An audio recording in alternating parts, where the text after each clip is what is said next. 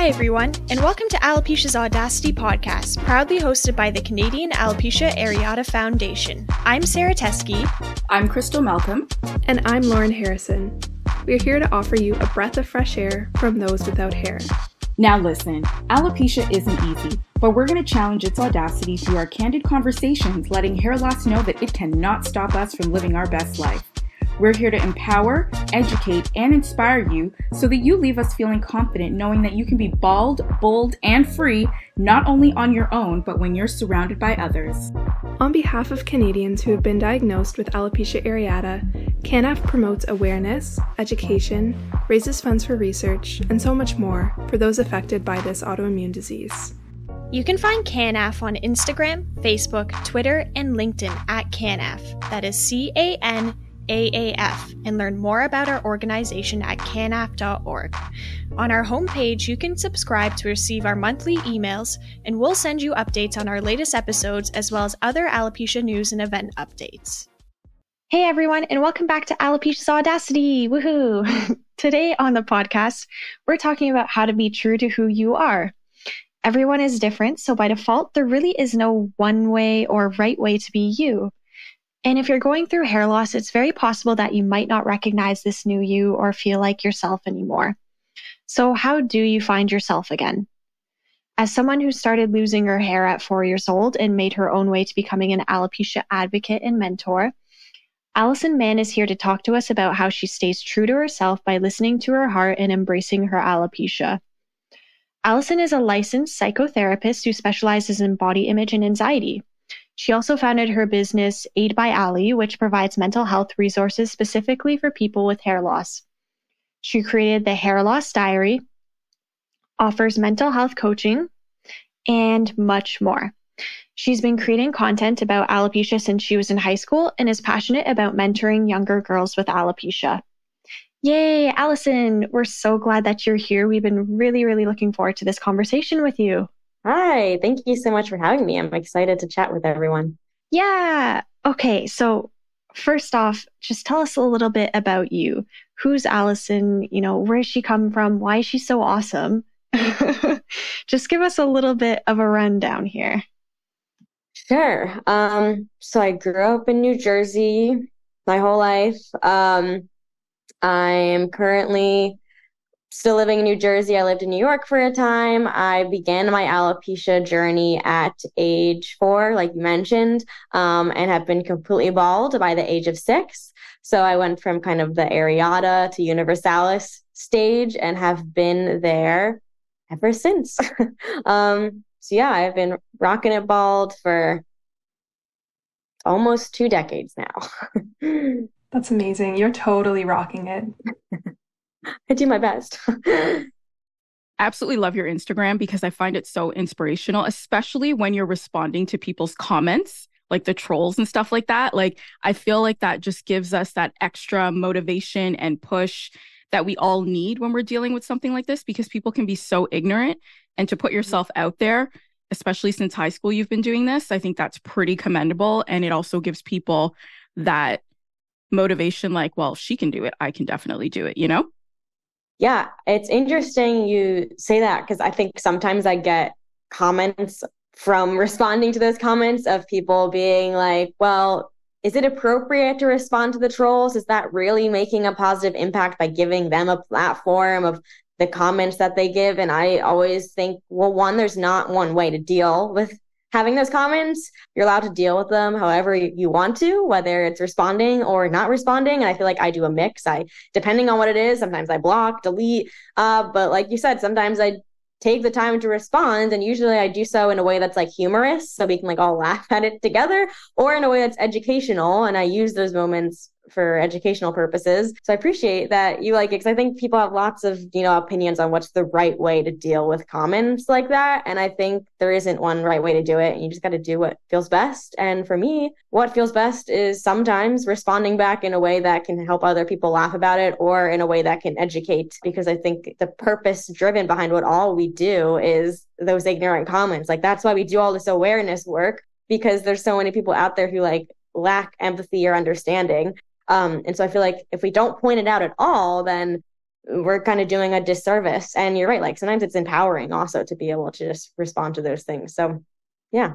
No, absolutely. Because I think that actually leads into what I wanted to talk about in terms of mental well-being, because anybody who has alopecia knows that this is it's an emotional roller coaster. We have absolutely no control over our hair loss. It just is. And how we deal with it really depends on our support, our community, and that sort of thing. So I wanted to ask you, as a psychotherapist, can you tell our listeners about how alopecia can impact someone's mental well-being and a sense of self? Because, as you said, like, dealing with these internet trolls can be so taxing, and we do what we do to bring awareness and spread education, Yeah. Whether they're internet or real life trolls. Exactly. I think we experience it all when you have any type of physical difference. And that certainly, I think, contributes to the well-being part of why it's so scary. Because I think we know as a society how much hair loss is shamed and stigmatized. And I think that is a lot of the fear behind it happening, of knowing that those things could occur by losing our hair, of being shamed and stigmatized by random strangers on the internet or on the street.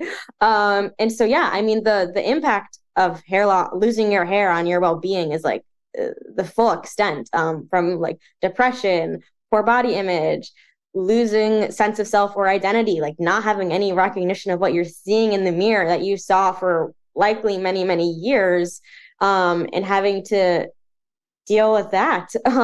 So it truly is like a full spectrum of impact that really ranges from relationships, sense of self, identity, really the whole like biopsychosocial spectrum of impact on well-being occurs from hair loss. And I don't think a lot of people recognize the depth of how the impact of hair loss really happens, which is why I do what I do. Well said. I love that. Because it's so, I don't know, like, I feel like it's so difficult, because a lot of people that I've spoken to feel so isolated, and a lot of people like myself was never a social media person. And it was only when I created my Instagram account, I was like, what? There's a whole alopecia community out there. You guys actually exist. And, when I see the way people show up in the space of alopecia, some people wear wigs, some people don't. And it's like, it's so cool to see, because we're so diverse. So there's no right or wrong way how we show up in this space. We're just all here to support each other. Do you know what I mean? Absolutely. And I think that's why I'm always talking about, and why it's important in my own business to offer options, and to push that options is the most important thing. Because when the impact of hair loss is so wide and so great, and it impacts all areas of life, we need to have as many options as possible to be able to overcome that. And it never looks one way. And I think that's often a misconception, that like acceptance looks like having to rock your hair in whatever way it is, patchy, bald, whatever, and being happy with that. And there's a big misconception, I think, of what acceptance is, which is a lot of what the initial work I do with some of my clients is just helping them understand, like, that acceptance is actually being able to feel the full range of emotions just without judging or shaming yourself for it. Acceptance does not mean positivity 24/7, or that you can't wear a wig, or that you can't wear a hat.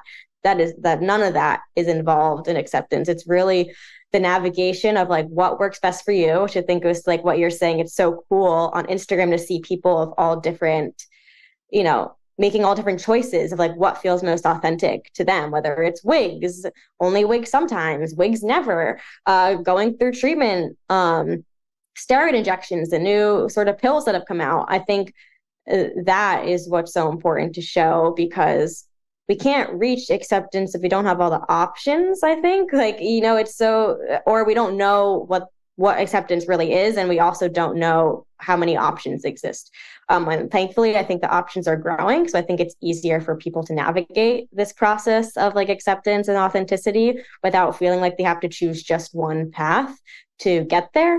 But yeah, I think that's some of the benefit of social media is being able to see more of what's out there, and that we don't just have to choose one path, because often all we hear is from the dermatologist, like, here's the treatment and that's it. We don't get any community support options, no mental health support options, no wig options. Like, they don't give you anything else other than treatment. So it's so hard to figure out like what actually is my journey of acceptance on this journey, because they're only giving me one view of it, and that's not all. So absolutely, that is one of the biggest benefits of social media.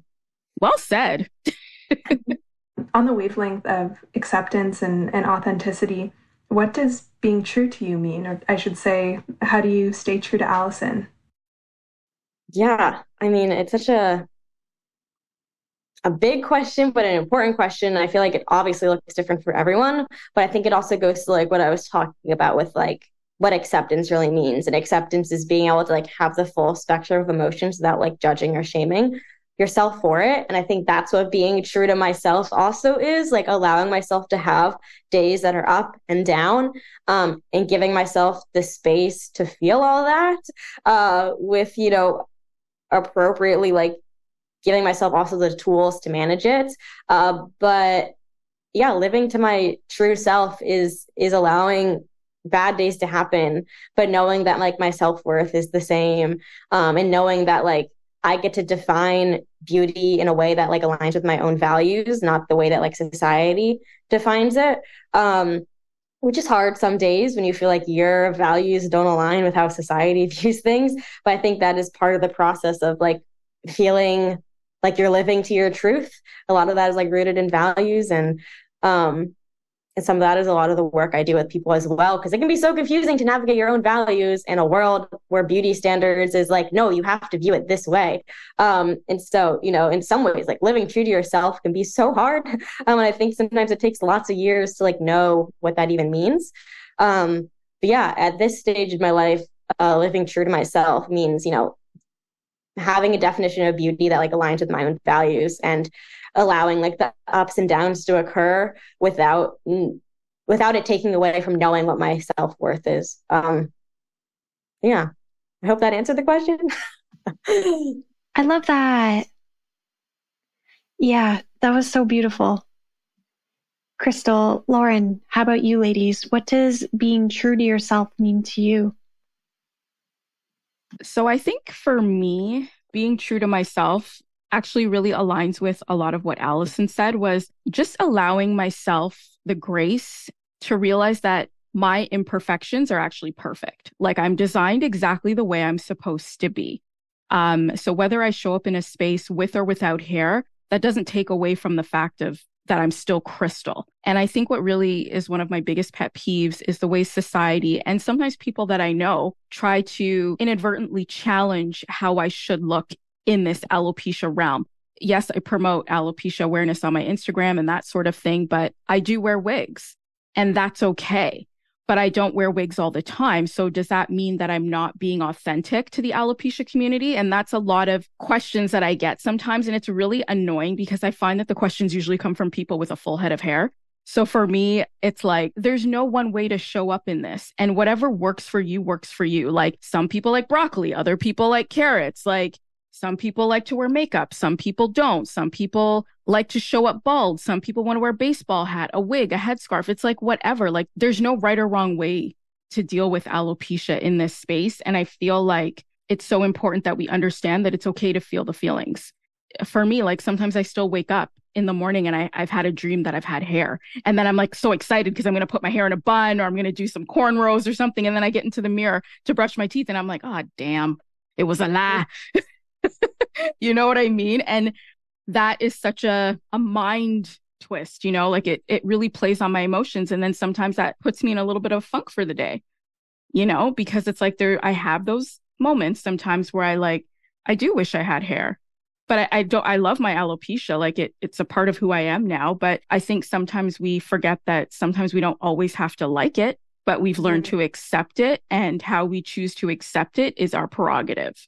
I think something we talk a lot about in the like therapy world is dialectics, like seemingly opposite truths existing at the same time. I feel like with alopecia, we feel that a lot. Like, I love my alopecia, but I also hate it some days. And like both of those things coexist at the same time, and they're both true. And trying to navigate all of that at the same time, I feel like is the hardest part. But I think sometimes just like letting go and just allowing both truths to exist, even if they feel opposite, is just like what we need. And I think that's like what you're describing, Crystal, like just allowing both to exist and knowing that it doesn't change you. Like all those truths make you who you are. And who cares if the person on the internet or the street is like, well, you can only have it one way. Like, no, that's not. Being a human is so much more complex than that. Exactly. But it's certainly mind-boggling and like hard. It's certainly still hard to deal with, especially in the beginning of an alopecia journey. To like grapple with those things existing at the same time is so difficult.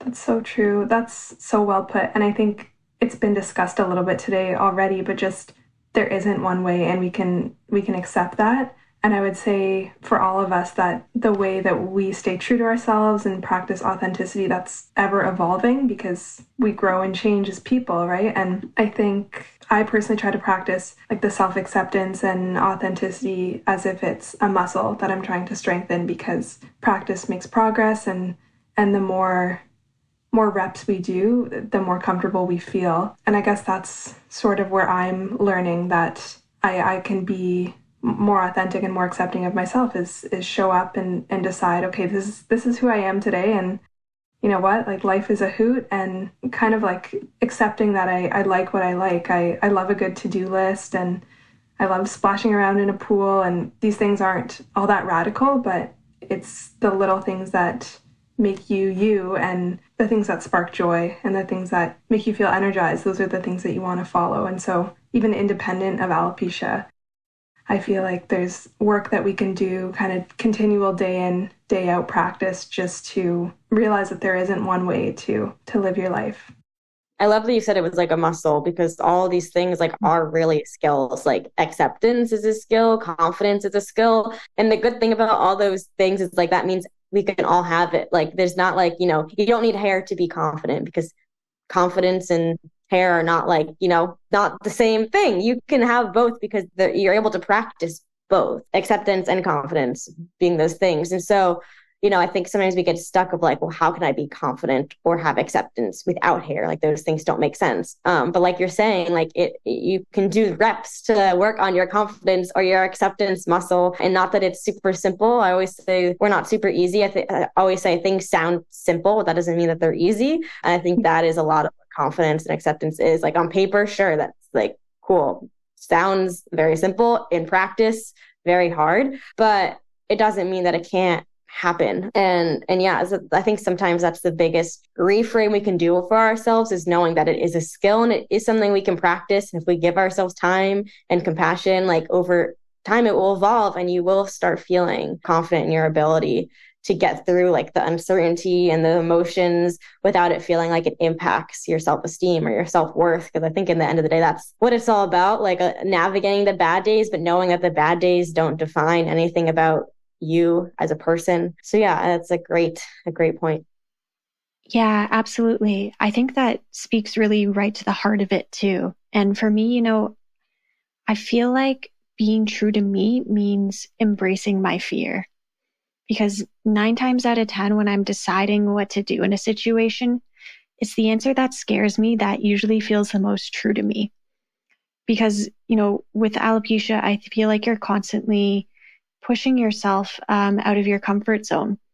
And I think when you live with alopecia, society's constantly daring you to push those boundaries.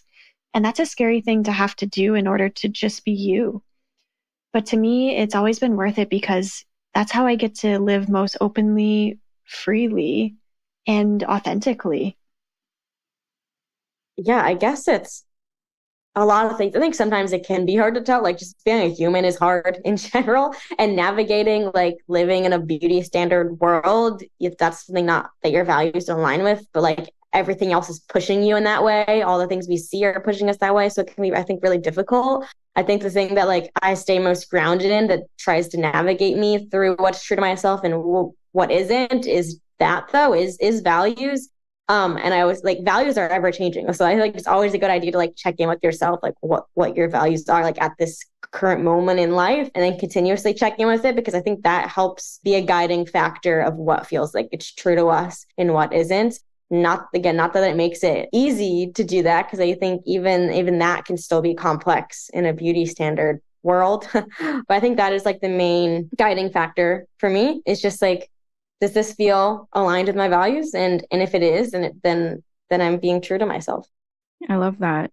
And speaking of being true to yourself and, how do you know you're not being true to yourself? I think that kind of ties in a little bit with boundaries, because I feel like when you're being true to yourself, you're also being very aware of your boundaries, of what you'll tolerate and what you won't tolerate. And I know some of our listeners out there may have a difficult time with boundaries because, you may run into people who are really well-intended, but they still end up making, for example, insensitive comments. They may not understand our highs and our lows and just may assume that all we have to do is just get over it. It's just hair. You're still beautiful, yada, yada, yada. You know how it goes. So I'm just wondering, how would you suggest our listeners respond to people who are well-intended, but sometimes don't have those social cues? Right. And like you said, a lot of it has to do with boundaries. And so something I'm saying is like checking in with your capacity to respond first. Like you don't have to. I know that can be hard to like not respond sometimes, but if you feel like it's going to be more of a detriment to yourself in that moment to respond, or it's going to drain you too much, we don't have to. And I mean, that took me years to do. I happened like in the city when I was living in New York City a couple years ago. Someone asked a question on the street and I just like said no and kept walking. But it took me years to like build up to that and like notice when I had the capacity to answer and when I didn't. So I think that's like kind of like step one. And sometimes if I'm having like a lower day, like I will do that, ask myself that question before I go to like the grocery store, like what is my capacity to handle someone coming up to me and making a comment or asking a question. And if the answer is no, I don't have the capacity, that's when I like prep myself to like say either, you can Google alopecia, like that will give you the answers. Or now that I have my social media stuff, I give them my handle and be like, I'm busy. And I think those are all very reasonable answers. Like, I think sometimes we get stuck on like, we have to educate or give them some long explanation when someone asks. We don't always have to do that. But if I check in with myself and I'm like, I do have the capacity to handle this happening today, then that's when I tend to lean my response more on education if they're asking like respectfully, right? And so my easiest go-to response is always like, I have something called alopecia. It just means my hair can't grow. And that sometimes people have follow-up questions or they're still confused. Like, are you sick? Are you not sick? Sometimes I'll be like, it means my hair can't grow. I'm still perfectly healthy. Or sometimes like it's similar to my body having an allergy to hair is a good response that I think helps people grasp that it's not a sickness. But yeah, I think it's harder to respond when you have like the rude people or the ones that are less well-intentioned. And we're just human beings navigating this all, right? Like I've certainly had my fair share of sassy responses too, because like if you're going to be rude to me, like sometimes my ability to like stay calm in that moment is like not there because we're humans. But I think it really just all depends like on what you're feeling that day, what you're comfortable sharing. But yeah, to me, it really depends on like how they ask. If they're well-intentioned, I usually lean on like an educational, like, especially if they lead in with like a cancer sort of thing, like, I'm so sorry that happened to you or someone in your family, but like, I have alopecia. It just means my hair doesn't grow. But I'm perfectly healthy, because I know we get a lot of that too, of like, people being very vulnerable with us without even knowing that we're perfectly healthy. And that can be daunting to respond to, because you're like, you want to be kind, but you also want them to know that you're fine and that the assumption is wrong. So yeah, it's so complex to figure out how to answer. But I think number one is just checking in with like how comfortable you are responding. And if you are comfortable responding, leaning on a quick educational sentence is usually my go-to. And as much as I can, I try to remain calm in the situations when they're not as pleasant. But yeah, it's hard. It's so hard. And I feel like sometimes, and Sarah and Lauren, please chime in because I'm pretty sure you guys have experienced this. Do you guys not have like explanation fatigue? Because sometimes I just want to go out and just be bald and free and not even have to entertain a question or have to, okay, I see that person staring at me. Do I wave? Do I smile? Or do I just keep it moving? Like sometimes I feel like it's just so annoying. And I know people might be like, well, you shouldn't be annoyed because, people just don't know. And it's like, well, when people change their hair color, I don't stare. Like I don't make assumptions, but I feel like because we're bald, we stand out, right? And we're so vulnerable because you see all of us, but I'm just curious, do any of you guys feel this explanation fatigue or feel like sometimes you just don't want to have the conversation at all? Like, Yeah, definitely. I feel that way for sure. It's exhausting. It can be really exhausting because, like Alison was saying, even just thinking about the possibility of someone coming up to you and making comments about your alopecia or your visible difference, that already produces a lot of anxiety inside of you, and that you're working to, just live with. And then when it actually happens, it's like, oh, all these fears that I've been thinking about are coming to pass right now, and my brain is freezing and I'm not sure what to say. But then at the same time, you're expected to have a response, even if you don't. So that's part of why it's such a big energy zap, is because all these feelings that have been bottling up inside of you, surrounding, being anxious about someone approaching you about it, come to pass. And then you're expected in the moment to just have an answer. And sometimes we don't. And I don't care whether you've had alopecia for one day or 30 years, like whenever someone approaches you, there is always that little part inside of you that kind of cringes when it happens, whether it's well-intentioned or someone just being rude and uneducated. It's going to happen either way. So yeah, I think that's part of why it's so exhausting, is because these are already things that we think about before they actually happen. And then when they do happen, it's like it all comes rushing in at once. And you have to find a way to just deal with it. I agree. I think as an introvert, I find it really uncomfortable. I'm sure regardless of how we define ourselves in that space, kind of more outgoing, more outspoken, it's anxiety provoking to field questions and to kind of manage stares. And so especially as somebody that is not very outspoken, it's daunting for me. And as has been mentioned as well, it's tiring. It's kind of an energy zapper, but it is what it is. And I think Sarah really beautifully put it, that the challenge to be leaning into your fear, because it might be intimidating to respond to a question, or even if it's like a short elevator pitch that you have prepared that provides a little bit of education on alopecia, those feelings of, fear and kind of insecurity, as much as they may bubble up, it's an opportunity to like flex your confidence muscle and sort of give your brain the reassurance that you can do this and you can speak your truth. And sometimes speaking your truth is going on, I don't know, sometimes I get on a soapbox about alopecia and sometimes I don't. So Alison, the strategy that you kind of recommended, having the self-awareness to check in with your boundary and then decide how you're going to proceed, I think that's an excellent one and hopefully resonates with our listeners too. Yeah, I think planning ahead is or coping ahead too is the biggest thing with these comments, because we don't, obviously they're not, like you said, they're energy zappers, whether they're well-intentioned or not.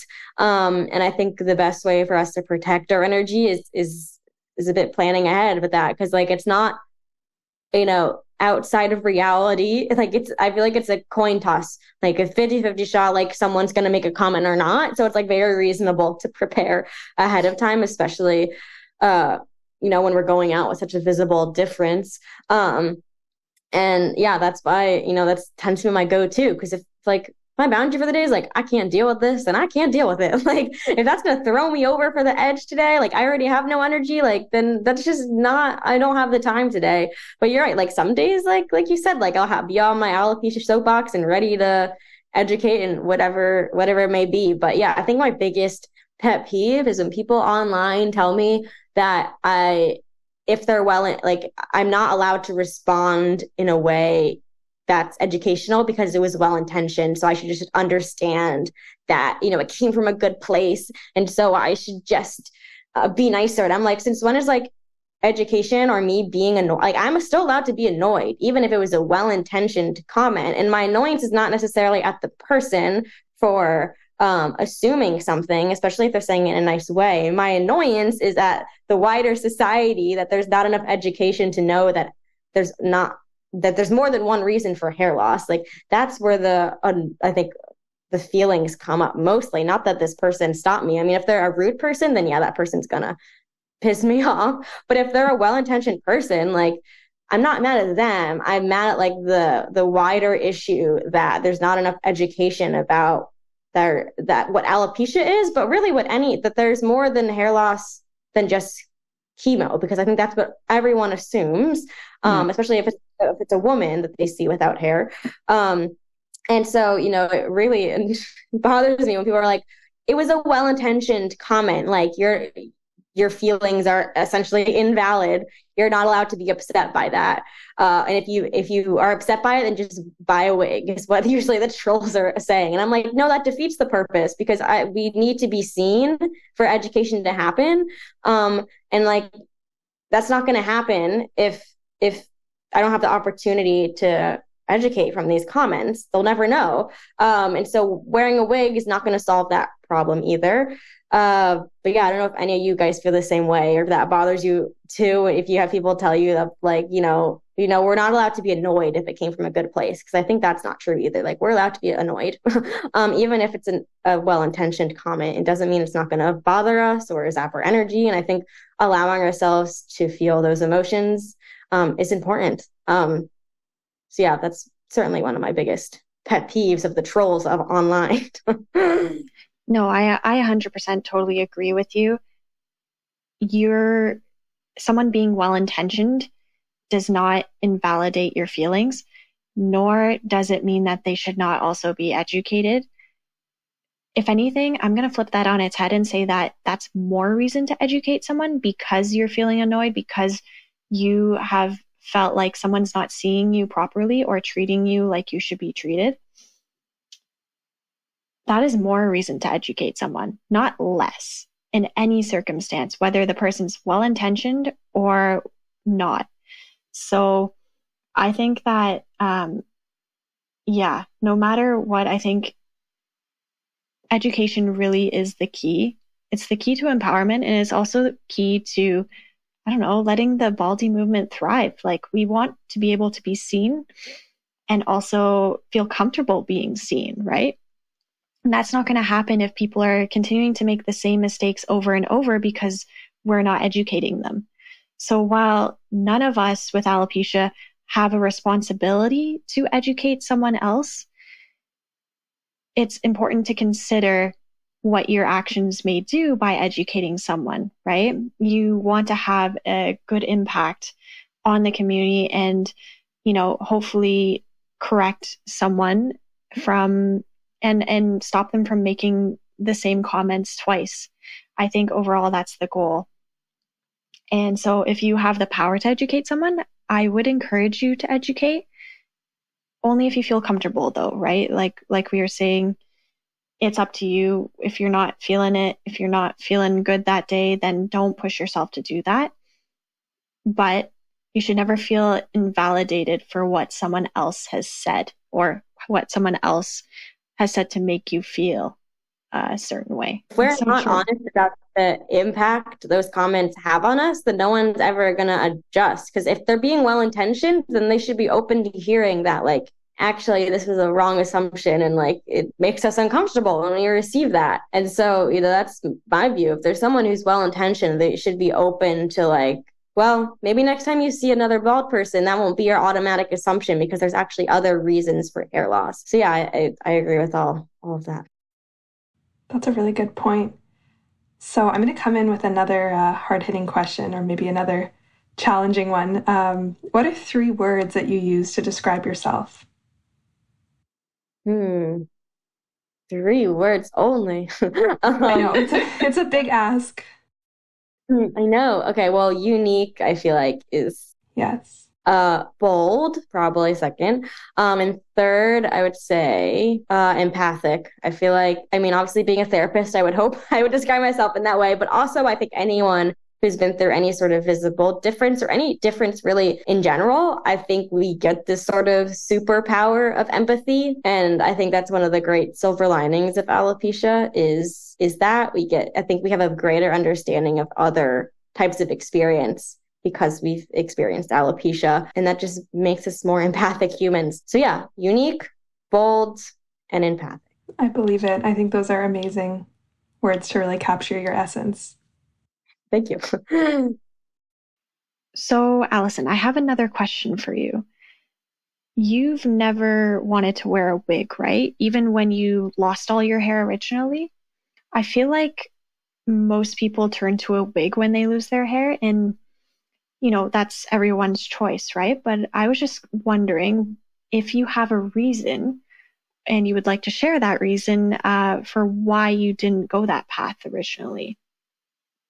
Yeah, I never, people often ask me like why I've never worn a wig, and I never have a direct answer, but I've been able to like dwindle it down to a few things that I think combined is what kind of happened. So like I said, I lost my hair at a young age, and I was lucky to have a very supportive family and a very supportive school system to the point of like I gave speeches like as soon as I was completely bald, I was like giving speeches at my school, and I was in a big school of like hundreds of kids, my elementary school. And so I had a very supportive teacher who encouraged me to do that. And I think it gave me like the element of like, oh, what I have is special. Like my story has value. I get to do these things. I get to speak at my school assembly in front of all the kids and have this special treatment with my teacher. And I get to go make my speech with her. And so I think that as a young kid was a very valuable experience. I also was a very opinionated, stubborn, and like a bit of a fashionista. Like my parents gave me like full choice over what I wore and everything. And I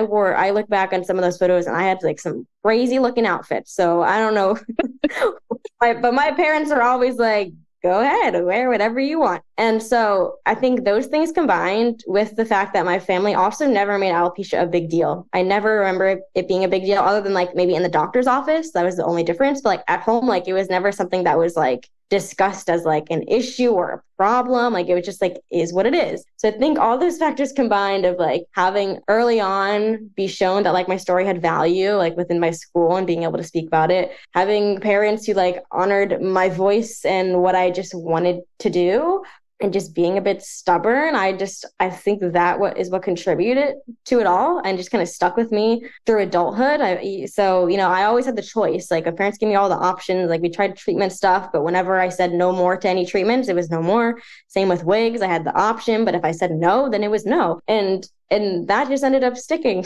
And I've said no ever since. It just has, and I think the longer you go that way, the longer it just feels more authentic to myself to be this way. I know I've talked about like having an identity crisis when I wore brows in one of my videos recently, and I would feel the same way with a wig to probably a much larger extent. I think I would have a major identity crisis now if I wore a wig. I think it was just an interesting combination of all of those factors together.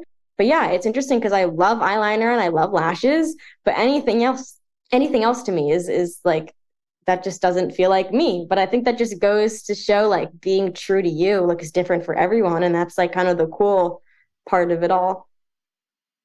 Yeah. And to each their own, right? Like that's the main message we're trying to get across today is that in your alopecia journey, there's no need to compare yourself to anyone else. And everyone has their own timelines and their own way of owning it. So just be true to you and that's how you'll thrive. And that sounds like exactly what you did. I also just want to like say how cool it was that you had that supportive community. You know, your teachers and your family were so supportive of you. that it actually showed you what you could do with your alopecia, right? Like, I think a lot of times we focus on, what we've lost because of alopecia.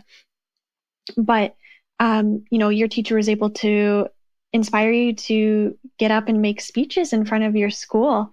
And I think that's so cool because that probably helped you see, this is something that's kind of special to me, and that this is only something that I can do and how I can change the world because of it.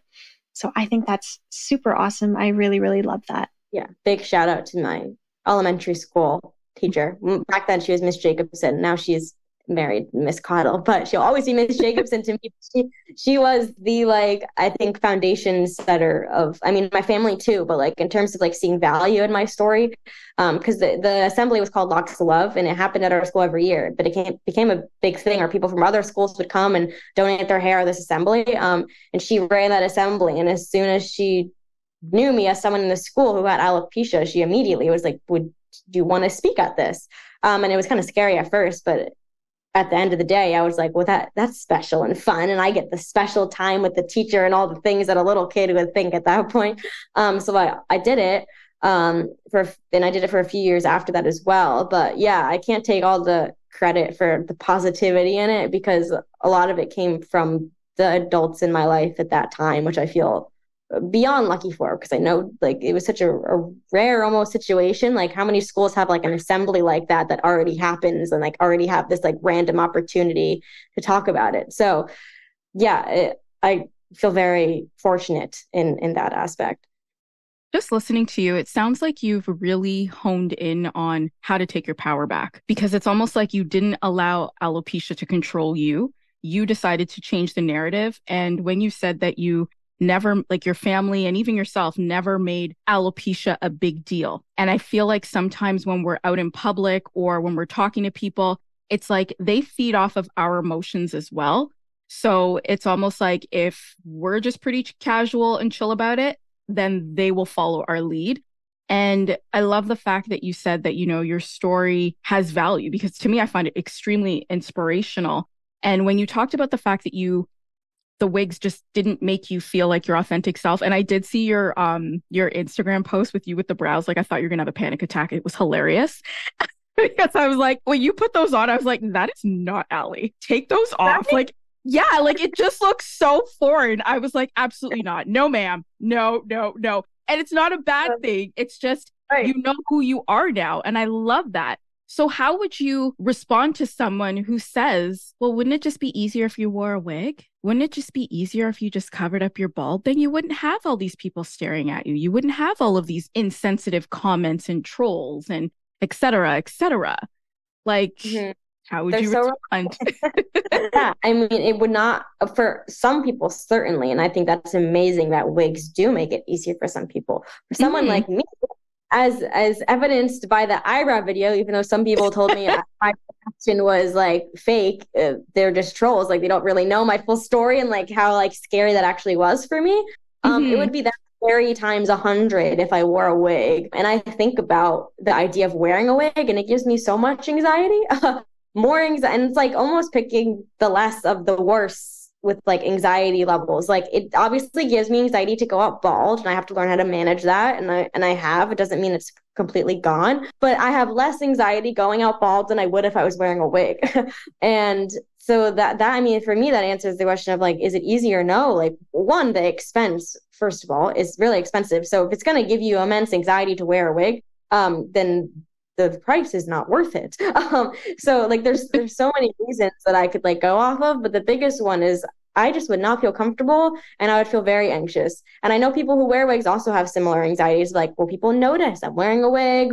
What if someone comments about it? But I think I would have all that times 10. And I feel that's how we navigate what feels best for us. If you have less anxiety wearing a wig and you feel more authentic doing that versus going out bald, that probably is an indicator for you. At this stage of your life, that is what feels best for you. For me, it's just never been that way. I've always had less anxiety going out like this, just my authentic, not covering it all self. And not that that's a perfect thing either, because we've talked about, we get comments and things that are not comfortable. But in talking about values too, something that's really important for me is spreading awareness and having people know that people look different than them, and they're never going to know if they don't see people different than them. So even within the midst of anxiety of going out without a wig, I still get some comfort in the fact that, like, okay, they've at least been exposed to this now. Like, maybe the next time they see it, they won't be as shocked, or they won't stare as much, or they won't point. And so I think that is why it's easier for me to do it this way, because not only is it, more comfortable for me, but I also know that it aligns with my values and what I feel like is my purpose in the world. But again, that's not to like knock wigs. I always like to say, like, I still think they're amazing. And I think it's great that people find comfort and authenticity with wigs too. But for me, it just would not be easier at all. It would make my life probably a lot harder and scarier, which is also why I think I like commend people who wear wigs, because my perspective is like, that seems so much more difficult to me. And I think that's the beauty in it too, that like not all of us have the same feelings and not all of us have the same way of going about it. And I think that's the cool part, and why options are also important. But yeah, there's so many reasons why it would not be easier for me, but that sums it up. I think as you were talking about awareness, it just made me wonder too, what can we all do to help spread awareness, just keeping in mind that some of us aren't social media influencers or will really make a big wave in that aspect. So I guess in essence, how do we spread awareness and stay true to ourselves? Mm-hmm. Yeah. I mean, certainly social media is not the end all be all of awareness spreading. I think the most almost impactful conversations happen within our own circles of friends and family. And those conversations are just as important as the ones that happen online or by bigger influencers or wherever it may be. And so I think just by talking with your family and friends about what alopecia is and how they can support people with it, and that, this is one of the many reasons hair loss can happen. And that if you ever see someone with hair loss, to know that they should not assume what it is. I think that is just as good of a way to spread awareness than social media. And so, just connect with your small circles and have them be aware of what it is. And maybe then from your small circle, like if they see someone else with hair loss, or maybe they're going to talk to their own friends about it too, like it can still spread from there as well. And I think that's, a great thing. I know for my friends and family, like half the stuff they know is just from me talking to them face to face, and nothing about social media, or before I even did social media, like they just used those conversations to talk to their friends. Or I've had friends who were teachers who then like talked about it in their classrooms, or just anything like that can really help to spread awareness. So yeah, it definitely does not have to be on social media, because absolutely not everyone is comfortable sharing in that way. That's really excellent advice. Yeah, and some people might be held back by the thought that, telling one person won't make much of a difference. So what's the point? But there always is a point. One person is better than none. And that's how it starts. Well, that person may tell a friend, who may tell another friend, who may tell another, right? And that's how we get our message out there. You don't need to be a public figure or a social media influencer or anything like that in order to make a difference. I think us as individuals have a lot of power in our hands. And so never be afraid to use that. If you're feeling comfortable enough to educate someone, I say go for it. Yeah, absolutely. Like, I think it's skewed, like, to think like these days in the social media influencer world, like if you don't have a platform, then like your voice isn't like loud enough. But that's like not true at all. I think just like when I would speak at my school or in my classroom, that alone, like people years later would be like, oh, I remember when you did that. And that had nothing to do with like the internet or any of those things. And so it surely does make an impact, even within your own circles. Like, surely I guarantee like that person eventually someone you talk to will connect to someone else who somehow will have some relation to something with alopecia. Because I think a lot more people will experience hair loss than we know. And absolutely, you're making an impact, even if you feel like you haven't shared it wide enough. There's no amount that you have to share. Even if just one person, it is certainly enough. That's so beautifully put, Alison. And I feel like that's just the perfect note to wrap up on, because I think that's all from us today. It ends off the show on such a positive note, and your time and your wisdom and your energy is so appreciated. You're such a bright light, and you're doing so much incredible work in the alopecia community and beyond.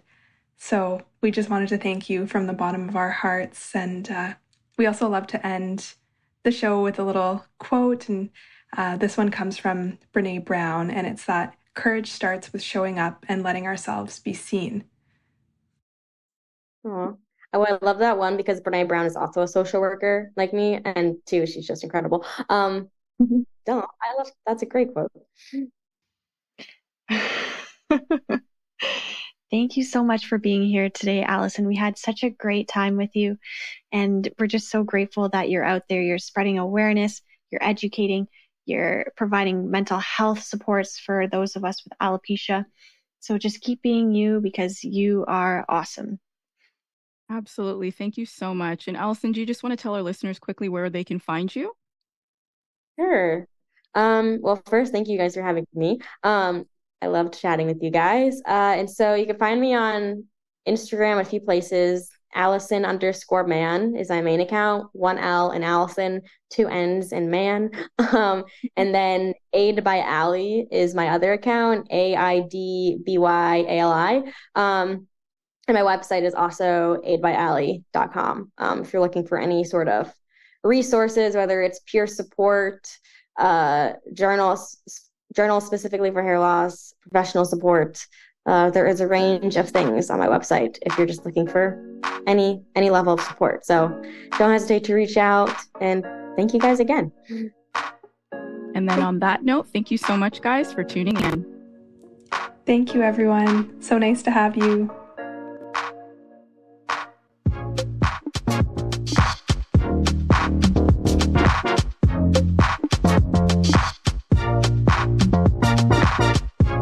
Thanks for listening to this episode of Alopecia's Audacity, proudly hosted by CANAF. If you enjoyed it or learned something new, please rate us 5 stars on Spotify, Apple Podcasts, or wherever you might listen to your podcasts. Keep up with us by following our Instagram and Facebook, and subscribing to our YouTube channel at Alopecia's Audacity. We welcome any questions and comments, which can be sent to alopeciasaudacity@canaf.org. You can also sign up for our mailing list at www.canaf.org. Stay tuned for the next episode released at the end of the month.